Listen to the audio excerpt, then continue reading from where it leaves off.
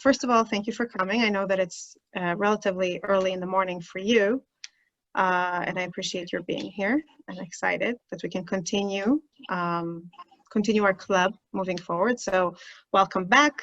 For those of you who've been through with us for a long time, welcome. For those who haven't.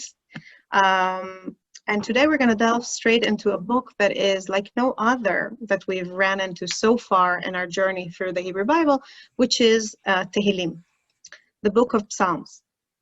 Psalms? Whatever. Psalms. And when you just read the Psalms in themselves, I mean, we all have so many associations already because we use it in liturgy, because it's intertwined into poetry, into even popular songs in Hebrew, English, call it whichever it is. So we have a lot of associations, a lot of things we know or things we think about when we hear the word Psalms or when we read a verse from the Psalms.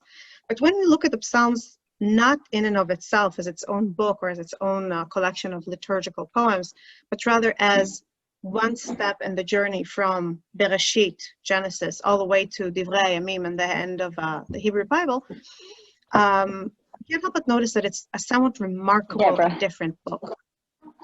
In the sense, here just a second, can everybody just mute themselves, please? And then when we have discussion, we'll unmute as need be, just so we don't hear echoes. Thank you. So, we know we started with all these grand narratives of national creation of the world, creation of the nation, which we're reading now in the weekly Torah portions. Then all these grand national narratives of the Exodus, of settling into Israel, of the judges, of the wars of the various kings, of destruction. We kind of seamlessly moved into the prophets, where naturally the style changed because it was no longer a story about people, but rather people's oration, but the topic remained national events. We were talking either about them, the Israelites, or in the us of the prophet, talking about us, the Israelites, or us, the Jews. And then, without so much as by your leave, in a sense, we're jumping straight into this weird book of poetry where suddenly the predominant voice, the predominant presence we feel is, or what the predominant kind of focal point is no longer the history of a people, but rather one person's narration of a personal experience, a personal emotion. Let's look for a second at several famous examples from the book of Psalms. It's in the first box on the source sheet if you have it printed. Psalms 3 starts like this. A psalm of David when he fled from his son Absalom. O Lord, my foes are so many. Many are those who attack me. My foes attack me. Let's look at Psalm 13. For the leader, a psalm of David. How long, O Lord, will you ignore me forever? How long will you hide your face from me? Again, me. My relationship with God is the center of this poem. Let's go to Psalm 18. For the leader of David, the servant of the Lord, who addressed the word of this song to the Lord after the Lord had saved him from the hands of all of his enemies and from the clutches of Shaul. He said, I adore you, O Lord, my strength. O Lord, my crag, my fortress, my rescuer. My.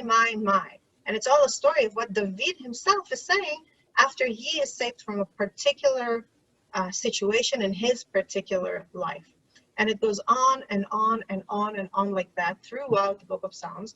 There are several poems that are impersonal, that are written about people in general, about God in general.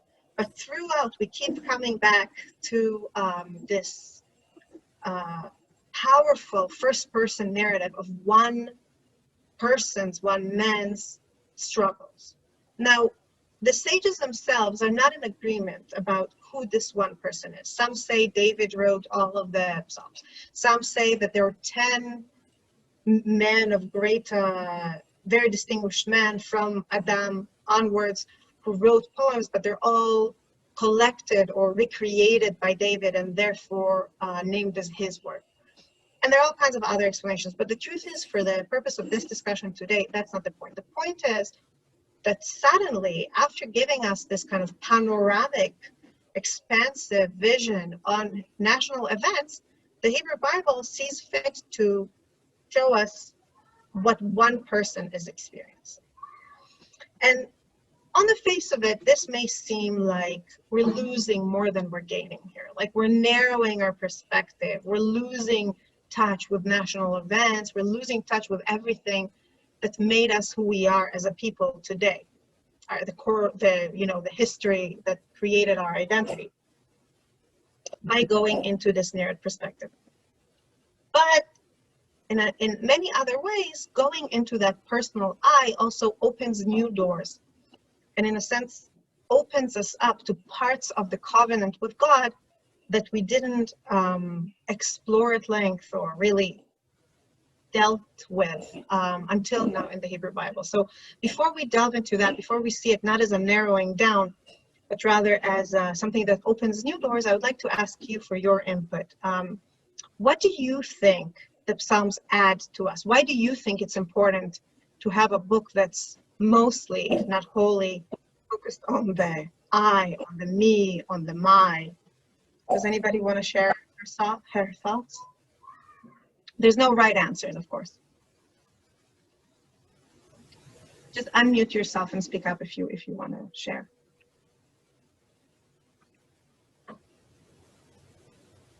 I'll put it differently, okay? What is missing from the Bible? What would we lose from the Bible if we just remove the book of Psalms? The rabbis sat and decided what's going to go into the canon.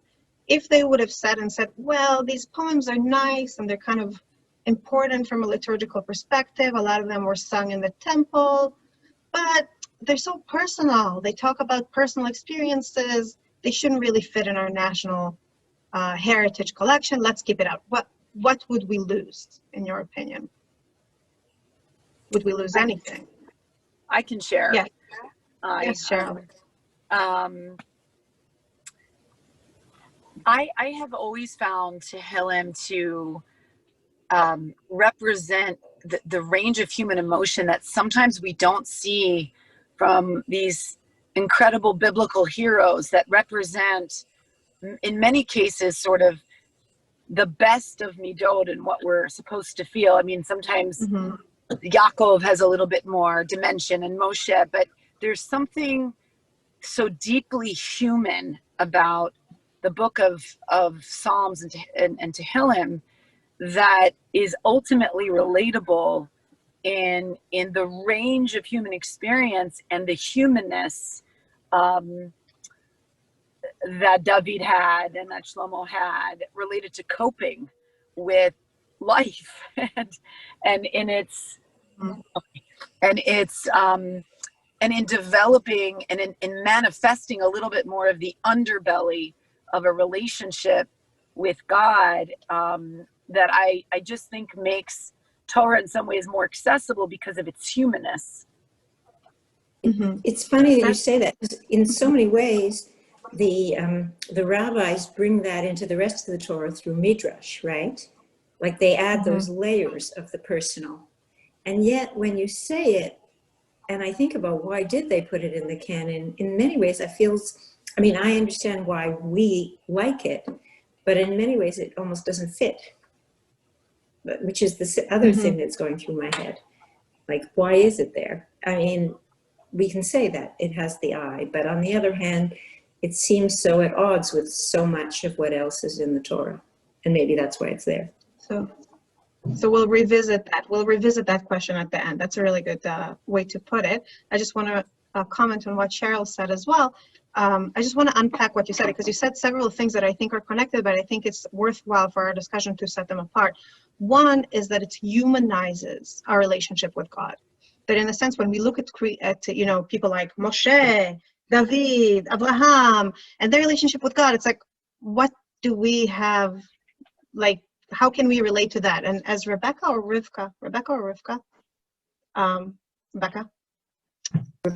Yeah. Rebecca, thank you. As Rebecca pointed out, Midrash adds a lot of human nature and human emotion to those stories, but they're so larger than life that in a sense it's too removed from us, and in a sense Tehillim adds all the little doubts and the little feelings and those things. So that's one point. And another point that you bring, which is related but I think is worth of being set apart, is that it has to do with coping. That we see Yaakov coping with difficulty. We see Moshe coping with difficulty. We see it. It's happening. But here it's the focus. In almost every psalm, there's some sort of conflict, sometimes with external enemies, sometimes with internal enemies. I just want to show one example before we move forward. Excuse me for a second. I'm going to jump ahead a little bit. If we look at the very, very famous psalm that's related, Psalm 51, for the leader, a psalm of David, when Nathan the prophet came to him after he had come to Bathsheba. Have mercy upon me, O God, as befits your faithfulness. In keeping with your abundant compassion, blot out my transgressions, wash me thoroughly of my iniquity, and purify me of my sin. For I recognize my transgressions, and I am ever conscious of my sin. David is not the I that we meet in Psalms, is not the heroic I. It's the I that's constantly dealing with difficulties. So that's definitely something to bear in mind. Does anybody want to add anything else? Something about what you see in the Psalms? Yes, Cheryl. Hi, nice to see you. And thank you for doing this. I think from my perspective, and I mean, this is a little bit what Cheryl, the other Cheryl mentioned, but, the relationships, a more personal, individualized connection, which we don't really have throughout the rest of Tanakh. So it gives us that opportunity and some framework. And also, as we know, it's included in several other, parts of Tefillah. And, when people are sick or otherwise, we include them as well. And I think that because it speaks more to our soul and to that individual connection and relationship with Hashem, which we don't really see so much fleshed out. It sort of teaches us a framework for how to have that individual relationship with God. Yeah, I think that's definitely a very central and unique role. Rebecca said that why is it there? And it's in a sense, it's almost exactly because of that, as both of you mentioned, that it's, let's go back to the source sheet for a second. I'm going to jump all the way to the end. We're breaking all the order now. But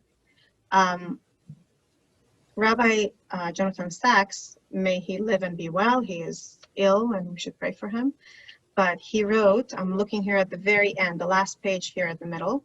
There are many ways to God. Where we begin doesn't matter, so long as we begin. Jewish life is a circumference of a circle at whose center is God. That is where we meet, whatever our starting point. Yet almost all the other books of the Tanakh don't offer us an individualized entry. They only offer us the big national, historical, narrative entries. And in a sense, the book of Psalms is almost like a beacon calling out to people who need a different, more personal, more individualized, more in tune with what actual human experience is, way to enter into what Jewish experience is. And as we see when we read, for example, the Gemara, oftentimes when the sages are talking about things like spirituality and spiritual values and what is it to be a righteous man beyond just following the law, they bring asmachtot, they bring like proofs or sources for what they say from Tehillim. It's as if Tehillim is the treasure trove of spiritual, personal, individualized ways into what it means to be part of a covenant with God. So that's, I think, certainly an important role that this book fulfills. Sorry. Does anybody else want to add anything? Question, challenge? Okay, so let's unpack this a little bit. So we recognize that there's something that this book fulfills, that somehow by moving into this doubting, coping I from the big national we, the book opens the door for a different kind of language about what it means to be a Jew. But how does it do it? And what I hope to show today, what I hope to explore together today is 4 ways in which the change of focus to this I opens us up to new things that we would not have been open to in the other books, we would not have found if we would only have had, the other books of the Bible. And the first, and perhaps the most basic one, has to do with the fact that national stories are very particular. While they are focusing on a whole nation, so you can't say that they're only relevant to one person, their order is important, what happened is important, everything about them is very particular. Other nations can't identify with them, for example, without losing some of that particularity. For example, I'm sorry, I know I'm being a little bit vague, but I hope it'll come clear as we continue. For example, let's talk about the story of the Exodus. The story of the Exodus has been very impactful in human history, not just for Jews. You know, when black slaves in the South sang about Moses asking him to go to Paro and say, "Let my people go," the story of the Exodus meant something for them. When the Puritans fled from England to the New World and talked about it as the crossing of the sea, the Exodus meant something for them. When Martin Luther King talked about Brown against the Board of Education as a moment of seeing Egypt dead in the sea, the Exodus meant something to him and to the people who listened to him. So you can't say that the Exodus is only a Jewish story and therefore only impactful for Jewish people. But when you look at the versions of the story of the Exodus that were told in all those instances in non-Jewish history, you see that they were stripped of a lot of the particular circumstances and particular things that made them meaningful to us. And what remain are more archetypical ideas. There's the oppressed and the oppressor, and the hero who comes and saves the oppressed, and the opening of the ocean is a moment of birth and rebirth, and the closing of the ocean, the closing of the Red Sea, is a moment of closing the door on the past. She's great. All the little details, all Moshe's life story, Paro's particular objections, the people's doubts when Moshe came and asked them, they don't make it into those narratives because they're particular. And in order for it to become a universal story, a story that everybody can relate to, we had to lose some of this particularity. So the Psalms take it one step farther, and they lose it in a weird, bizarre way. By becoming more individual, they also become more universal. Because when you hear of someone's personal trouble, someone's personal experience, someone's personal doubts and coping mechanisms, in an odd way, it touches us. We can identify with it in a way that a national story with particular parts doesn't necessarily evoke in us. Sorry, just a sec. The memoirist, the acclaimed memoirist, Marie Carr, put it well in her book, The Art of Memoir. She wrote in the second quote, "The physical fact of a creature with heart thrumming and neurons flickering compels us all. We're all hardwired in moments of empathy to see ourselves in another. Hearing each other's story actually raises our levels of the feel-good hormone oxytocin. It helps to join us together in some tribal way." And kind of to follow from where what she's saying, oddly, the fact that in the Psalms, we encounter someone speaking in an I, make us identify with it in a totally different way. And the sages already wrote in the Midrash, and I don't have it in English, I'll do a simultaneous translation. Lamnatzach le'eved leDavid, this is what it says, whatever. Rabbi Yudin said in the name of Rabbi Yehuda, here it's in box number 2, everything that David said in his book, he said it for himself and for all of Israel and for all of times. In other words, the rabbis say that when, and this is, I've seen it discussed in several midrashim, that David probably wrote many poems, and some of them were very particular. They really were about particular experiences that we can't relate to, and those were not kept. when the rabbis decided what gets into the canon, the only one they edited into the canon were the ones where, even though it's in David's voice, somehow it's universal enough, somehow it's relatable enough that all of us can emphasize in some way. So, I mean, this all sounds really nice in principle, right? It's just kind of, okay, whatever. But is that really true? So in order to try and answer that, I want us to look together at one psalm, the very first psalm where we meet David's voice, and that's the third psalm. Interestingly, the first two psalms are not, are more general. They're not spoken as David speaking about his problems. But then in the third one, we encounter David and we encounter his particular voice talking about a particular moment in his history. I'd like to read it together, and then I'll ask you, in what way can people who are not David relate to that? How can it be relevant to all of us? So I'm reading Psalm number 3, a psalm of David when he fled from his son Absalom. So far, it's extremely particular. None of us had to flee from our son Absalom. I mean, unless one of you has a son Absalom, I don't know. I don't think it's true. O Lord, my foes are so many. Many are those who attack me. Many say of me, there is no deliverance for him through God's Selah. But you, O Lord, are a shield about me, my glory, he who holds my head high. I cry aloud to the Lord, and he answers me from his holy mountain Selah. I lie down and sleep and wake again, for the Lord sustains me. I have no fear of the myriad forces arrayed against me on every side. Rise, O Lord, deliver me, O my God, for you slap all my enemies in the face. You break the teeth of the wicked. Deliverance is the Lord's. Your blessing be upon your people, Selah. So this is clearly talking about physical enemies that are attacking and that think that God is not going to help David, but he has trust in God that he's going to call onto God, God will help him, and therefore he is not afraid to go to sleep, to get up. He knows that God will defend him.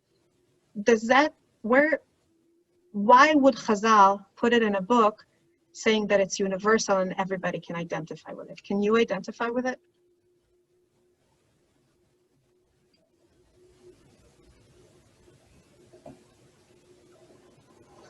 Yes, Nami. I was just going to say that David felt grateful. He conquered Goliath, and he had good experiences in his past where Hashem showed that he was on his side.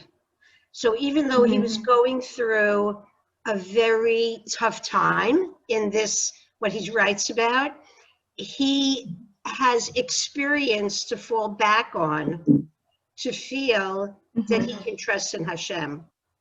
And I think we all experience that when there are tough times and illness or anything that's tough, back in our lives and know the good that Hashem has given us and trust that there is a purpose, there is a reason. And I felt that that was very relatable, what he said.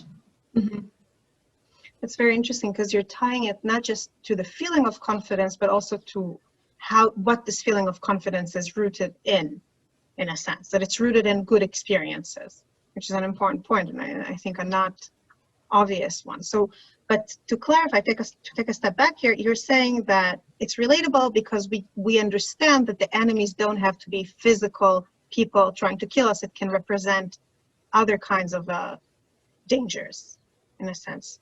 Do you think, does anybody else see another way to read it? Another possible interpretation for this particular psalm? Here, I can open it so it's in front of all of our eyes.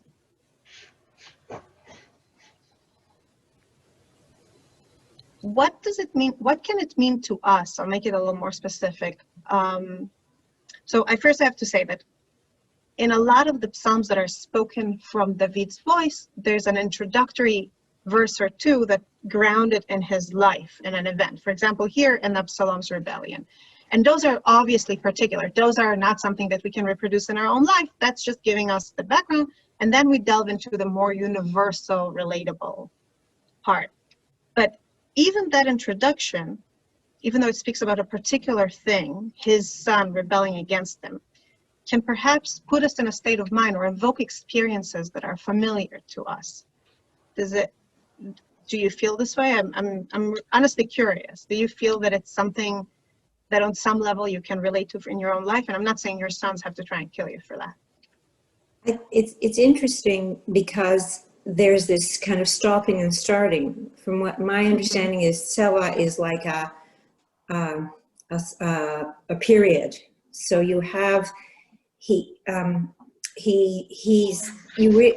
I feel David's struggle, and I think that's what makes it relatable, in that I think we all in our lives, it doesn't necessarily, I mean, there are people I think who can relate to it because they actually are physically in danger. Most of us have been lucky in our lives, but the idea that there are difficulties and things just keep coming at you, and I feel that stopping and that constant coming at you, and that he seems to be reflecting in the way he structured this, and yet there is that hope, which I think is what we relate to. Mm-hmm. Yeah, it's interesting that you point out the Sela and the stopping, and I think that it's interesting in two levels beyond just what you're saying.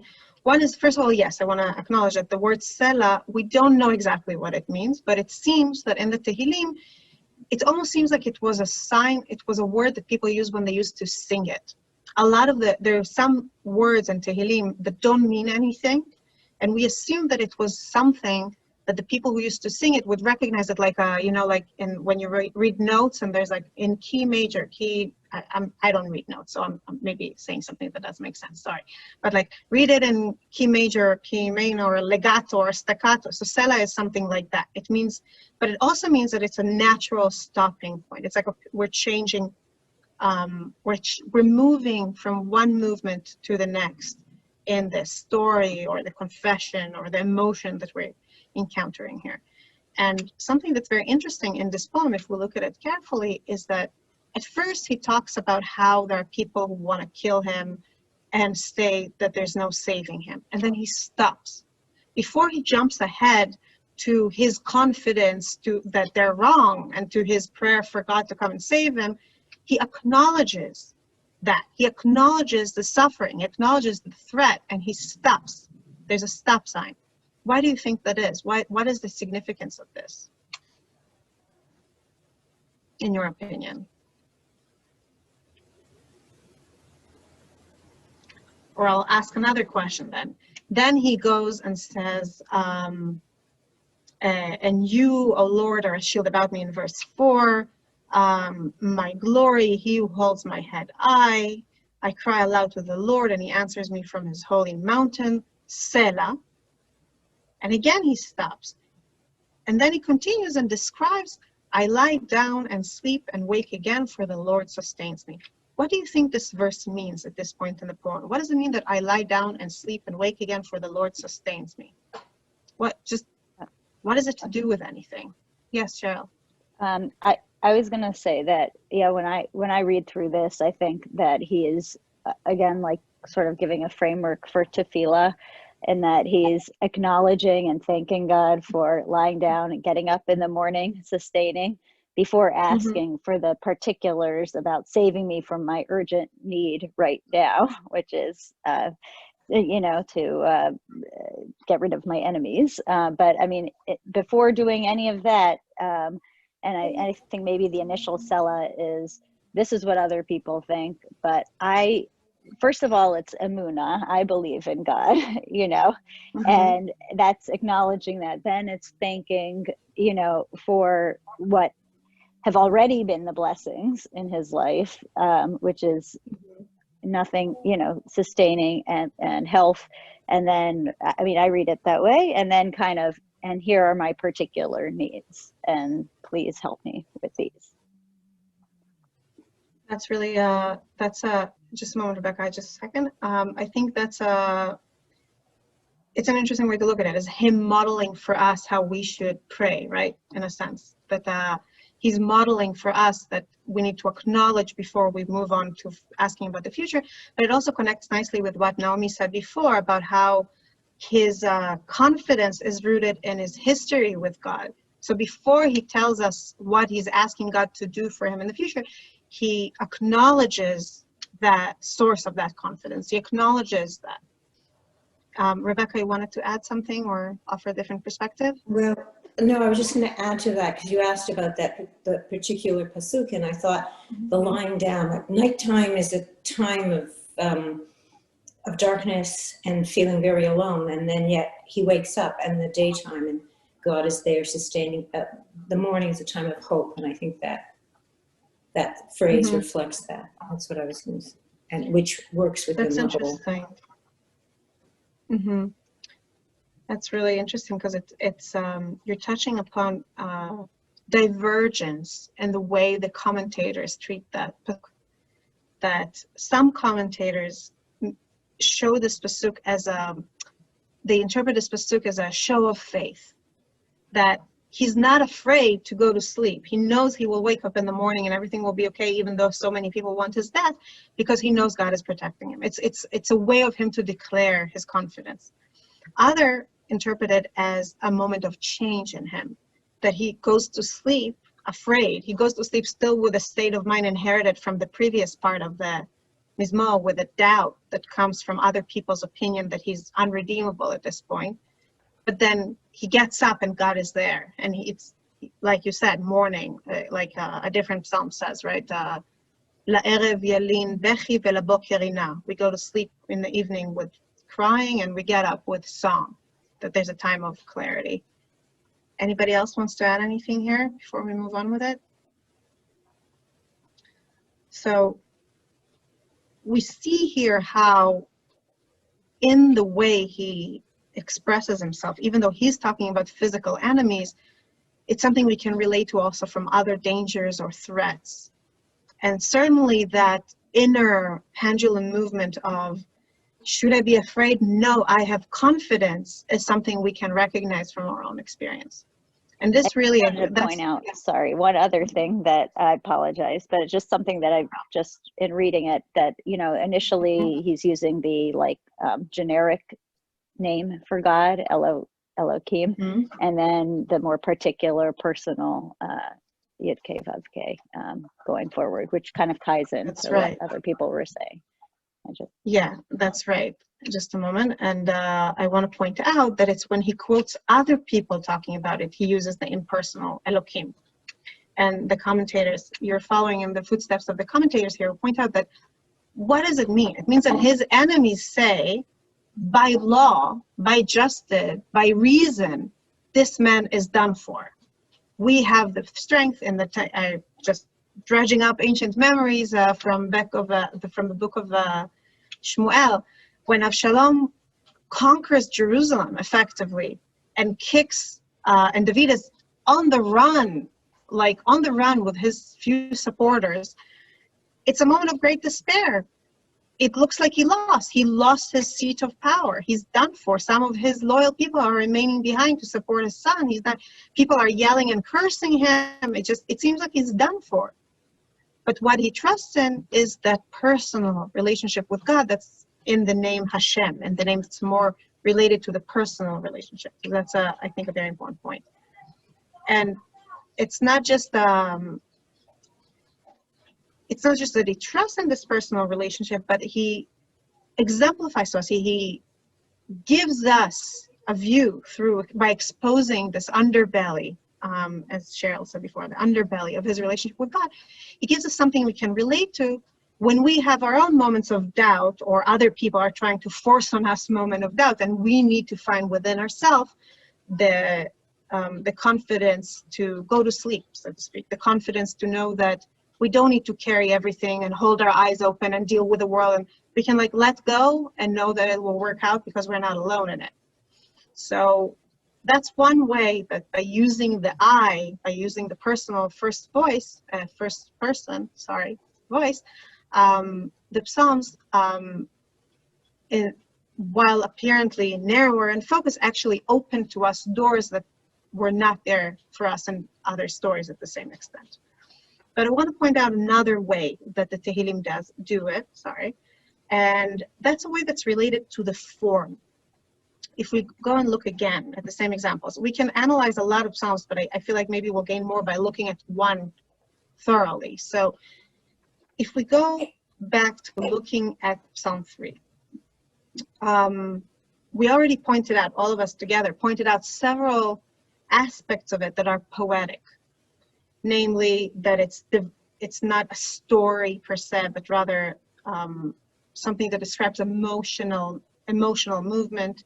The fact that it's full of these figures, these images that are not, it's clear to us when we read it, but we're not supposed to read them as a historical description of exactly what went through David's mind when he was running away, but rather something that captures a state of mind, which is something that, as we know, poetry does.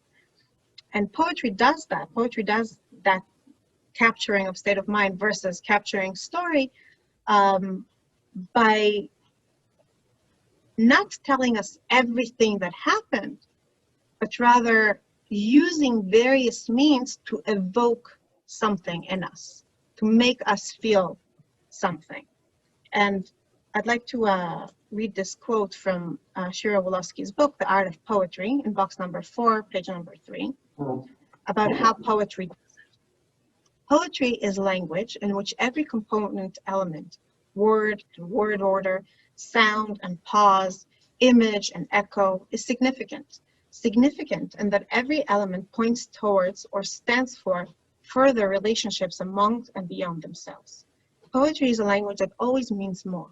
Its elements are figures, and poetry itself is a language of figures in which each component can potentially open towards new meanings, level, dimensions, connections, or resonances. So with that in mind, let's look again at the same poem, at the same psalm, Psalm 3. And I want to ask you, what, instead of looking at it as one coherent whole, let's start breaking it apart. Let's look at sentences or words that you feel are evocative or kind of evoke associations, evoke emotions. And can you share with us what they open up for you, what they point to in terms of Shira Wolofsky's description? Let's take a second to look over it for ourselves, and then I'd love to hear your thoughts.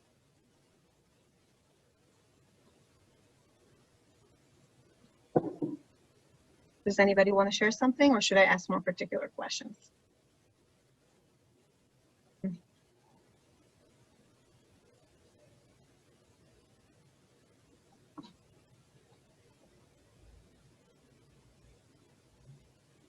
Why don't I start by asking a more particular question? In the second verse, the translation says, "Oh Lord, my foes are so many. Many are those who attack me." But in Hebrew, it doesn't say attack. It says kamim alai, standing up on me. What does this word evoke for you in this context? What does it mean that they're standing? I mean, in Hebrew, it's a word that's used sometimes. It means that they're standing up to make war, standing up to attack me. But what does this make you think about? Anybody?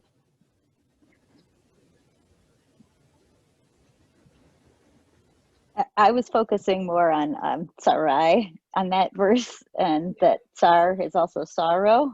Sorry, not to divert, but just I was looking at that and thinking it's an interesting, choice of words. And not being particularly knowledgeable, but I mean, Tsar is sorrow, and I think of that you could universalize that to not just be your particular enemies, but any sorrows, etc., that you are facing.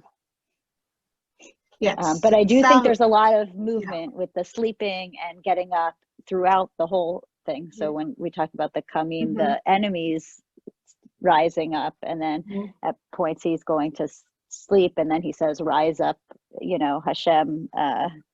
Kuma Hashem, right? Kuma Hashem. So Kuma it's the same. Hashem. Yeah. So it's the enemies are coming, and then he says, "Kuma Hashem." So. Yeah, that's true, and there's almost a sense of like, who's gonna stand taller, right? They're standing, but also Hashem can stand, and we can imagine how that topples that. But I want to point out also, since you brought up the word sarai, so sarai is similar to Sarah. It's not exactly the same, but in poetry, that's fine, right? If it sounds like it, it works. Tsa'ar with ayin and sar without ayin, it's in poetry, that's important. In poetry, the sound of word is important, and it evokes sorrow. But also tsar means narrow. And I think for me personally, that evokes that feeling when you feel under attack, be it by actual people or by misfortune or by being stuck at home because of COVID and not being able to send your kids to school or whatever it is. There's this feeling of being crushed in a narrow place, and it almost makes me think about the Exodus, because the Exodus is coming out of Mitzrayim, from the narrow place. Mina metzar karatiya anani b'merchavia, the idea that God answers us by taking us into the expansive places. So in a sense, what I hear is underneath the word sar is the plea, not just for deliverance, but for the relief, for the feeling of space that comes with not being under attack, in a sense. Anybody else sees here some word or sentence or image that you find evocative? For example, what do you make of the idea that, what do you make of the idea that that moment of God answering him, or him, is described, and I'm looking at verse number 5, and he answers me from his holy mountain, Selah. What has a mountain to do with anything here?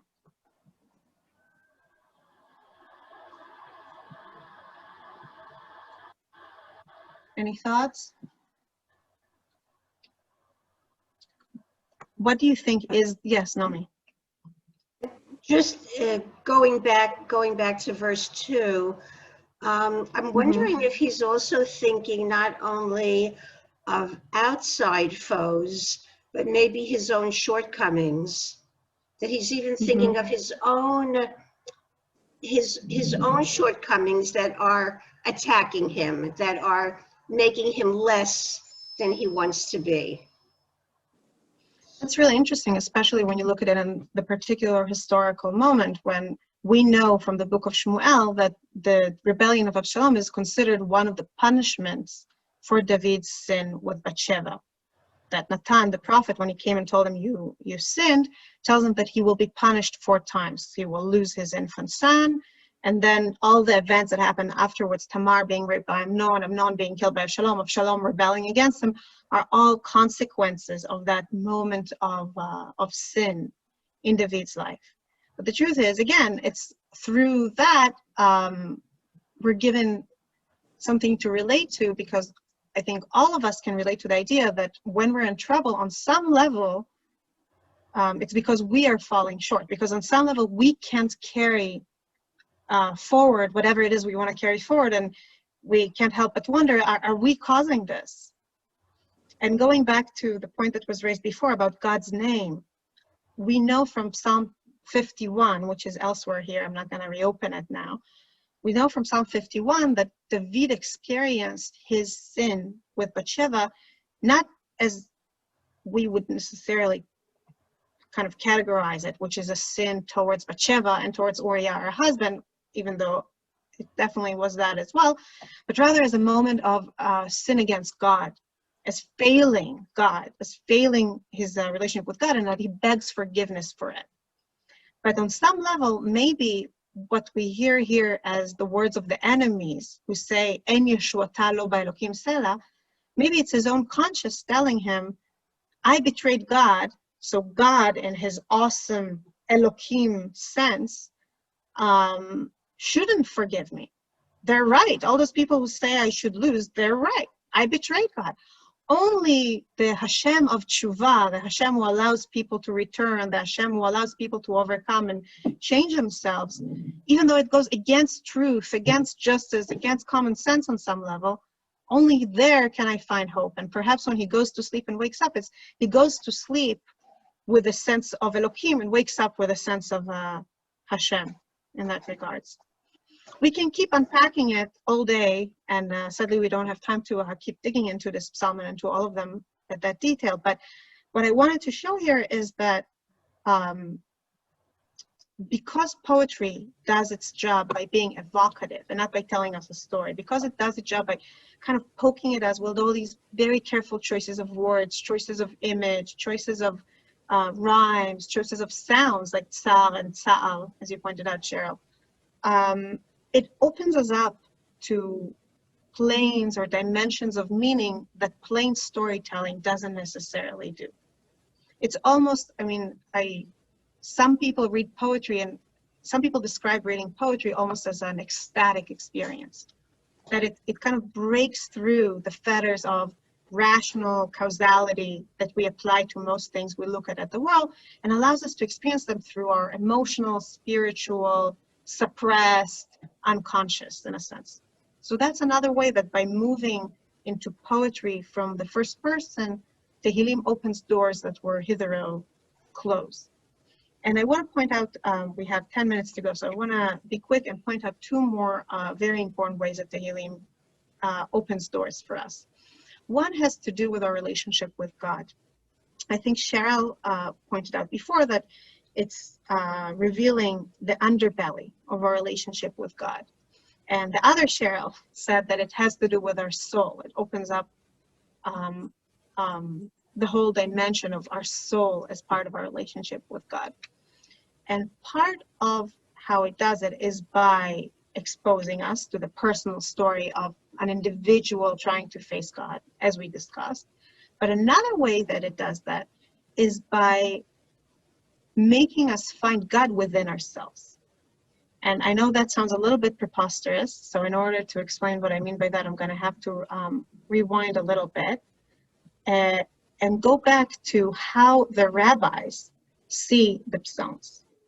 Many of the rabbis, from the sages forward, understand the Psalms not merely as poetry or as one person's prayer, but rather as something that is inspired by Ruach HaKodesh. Meaning, they say that when David wrote his poetry, he wasn't just a man sitting at, and writing what's on his mind. He was somehow open to inspiration from God himself. And I think all of us who ever did anything creative can identify with it. I mean, I'm not presuming to say that God spoke to me, but I'm saying that we can identify with that feeling that when we truly create something, we're only partners in it. There's something bigger than ourselves that flows through us, in a sense. For David, the sages say, it wasn't just anything. It was God himself guiding him to write these eternal words that can touch us all. If we accept that, and I know it's not the pshat, and we don't have to accept it if we're doing pshat, but if we accept that Rashic understanding of Tehillim, the whole, and whatever, it's here in box 3, you can look at it later, I'm not gonna go in there now. If you accept that, then the whole experience of reading Tehillim changes, because we're no longer just reading one man's questions and requests. We're reading the words that God inspired that one man to say. And in a weird way, when we say the words out loud, we're speaking to God. As Ata, the you of Tehillim is most often God. So we keep speaking to God. But we're also speaking with God within us. It's like we're opening ourselves to God's inspiration through these words. And again, Rabbi Jonathan Sacks, and again, you can look in the source sheet later. We don't have time to read it, to read his exact words right now, but he speaks in box number 3. He speaks about what is prayer. I mean, does prayer actually change God's opinion? Why would God change his mind? If God decreed something, why would God change it if he prays? And he says that in many ways, prayer is not about changing God's opinion. It's rather about making us available to receive God's blessings. That God may have decreased all kinds of blessings for us, but we need to be there to receive them. We need to make ourselves into vessels. And by reading those ancient poems, by speaking in David's voice and in God's voice through it, we are, in a sense, putting ourselves in David's shoes, but also opening ourselves to whatever inspiration made David write these poems. It's like we're training ourselves to receive the same kind of shefa, the same kind of abundance from God. But all of that has to do with form. It has to do with the fact that by by moving from the we of the other stories to the I of the Psalms, the book of Psalms changes its form enough to open us to other people's experience, to David's experience, to other emotions or states of mind, to other ways of connecting with God, both as a recipient and audience, but also as an inspiration within us. But the truth is that perhaps the most revolutionary thing that the book of Psalms does has nothing to do with that. It's not about the poetry. It's not about the evocativeness. It's not about the universal kind of evocativeness of those poetic imagery. But it's rather about what it does. Sorry, let me rephrase it. It has to do with a new spiritual and ethical message that the book of Psalms gives us, that the other books of the Bible just perhaps hint at times, but don't really make as clear. And that is that in the book of Psalms, the I is not merely the medium. It's not merely the voice that speaks the poems and speaks the words. The I is also the core principle of what it means to be a righteous man. And to understand that, we have to go back to the very, very first psalm, the psalm that opens everything else. And that is Psalm Aleph, obviously, that starts with, here it's in the source sheet in box number 8. Ashrei ha'ish asher lo halach be'atzat reshaim. Happy is the man who has not followed the counsel of the wicked, or taken the path of the sinners, or joined the company of the insolent. First of all, let's note that the first word in Tehillim is not,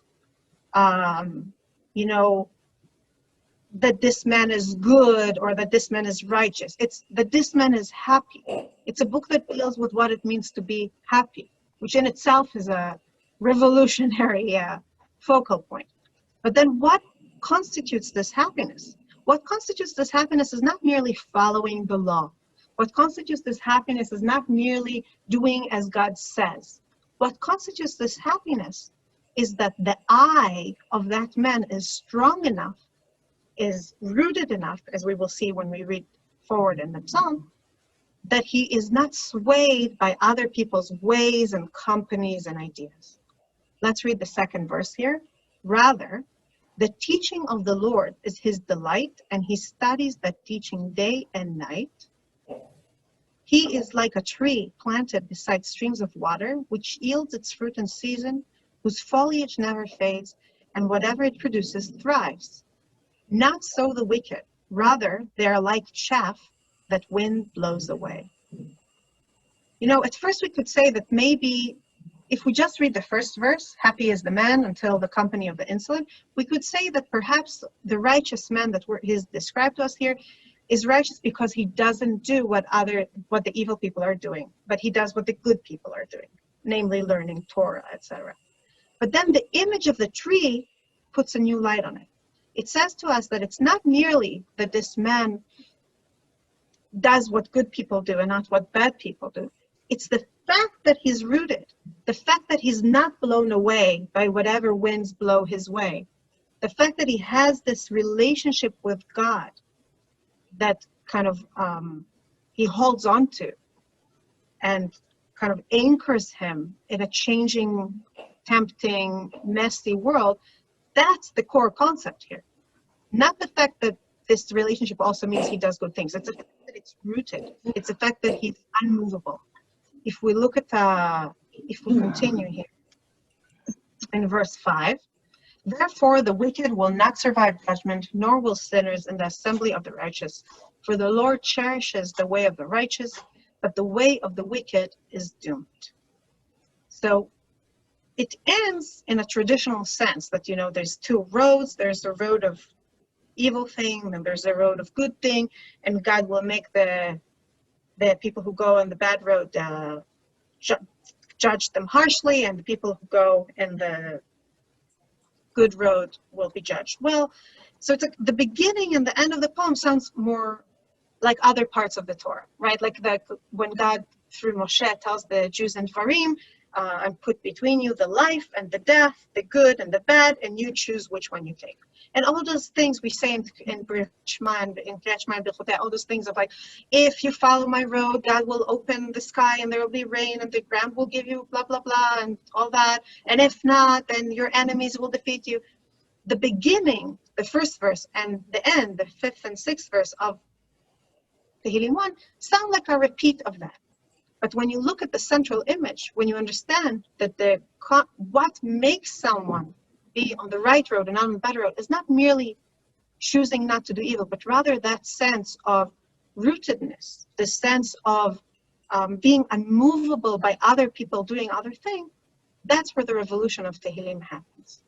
Because in order to do that, in order to be able to stick to this road, the person has to have a sense of I, a sense of who he is, that is not tied to everybody else around him.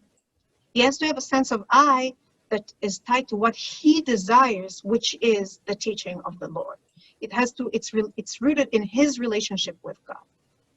Truthfully, it's a somewhat alienating image, because it means that on some level, as much as we as Jews are part of families, part of communities, part of a people, at the end of the day, who we are is that one lonely I that cannot be defined by other people and by other groupings if they want to remain rooted in this changing world. But while perhaps on some level alienating, I think that if we were to understand our covenant with God only in terms of doing the right thing, being part of the right group, we wouldn't have a way to renew it when history takes us off course.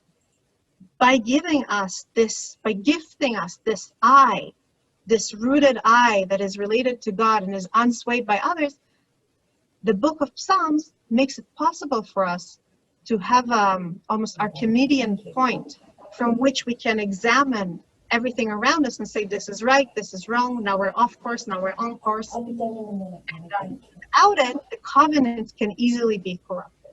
In other words, the book of Psalms gave us both the human heart of our relationship with God and also a safety check, a way to renew it regardless of what happens around us, regardless of where the wind blows, regardless of what ways, what companies, what ideas sway around. Does anybody want to ask anything before we sum it up and I say good day to you? Any comments? I just wanted to ask,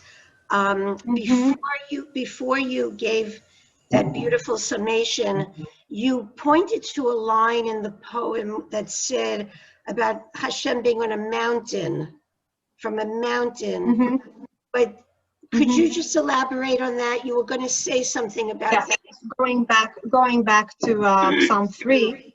Look, we're going to be doing, for the next few months, whenever we meet for 9 to 9, we're going to be doing Psalms, because like Psalms are very, very long books. So since we're following the 9 to 9 project, we're going to have at least 2 more meetings about Psalms. So we can revisit the geographic imagery later. I'll just say in one short idea that perhaps, well, first of all, the mountain is obviously the mountain of the temple, the mountain where Abraham brought his son as a sacrifice. That's always the mountain when we talk about mountains.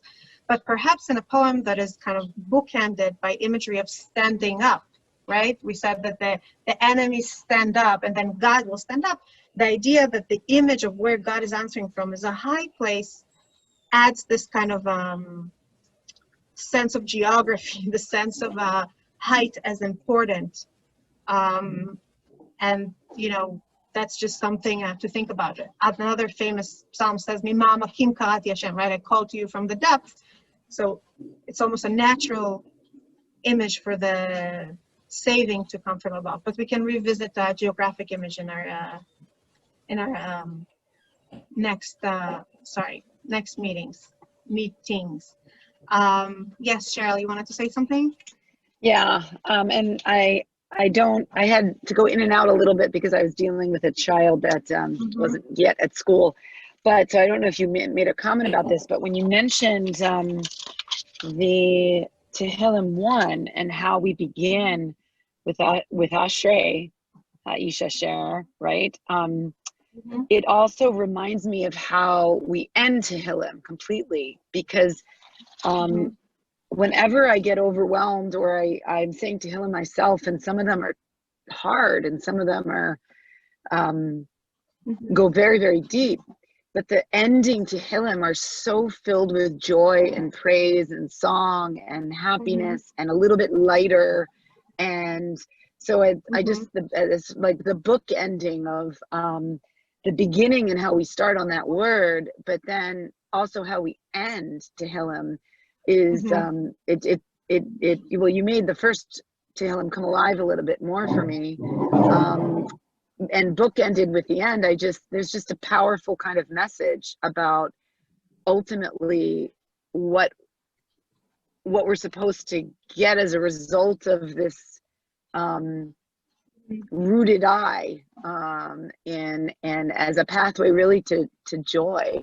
And so anyway, I just wanted to make a comment about the end.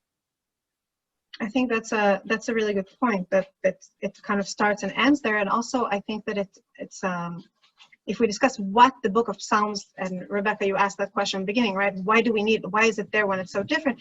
I think that when we look, and I'm talking now especially about the Chumashim, and especially Dvarim, really, where kind of Moshe gives his summary of what's on the table. Do this or do this, and this is what's going to be the consequence for you. What are the gains that people are going to gain by walking in the right path, by choosing life and good over bad and death?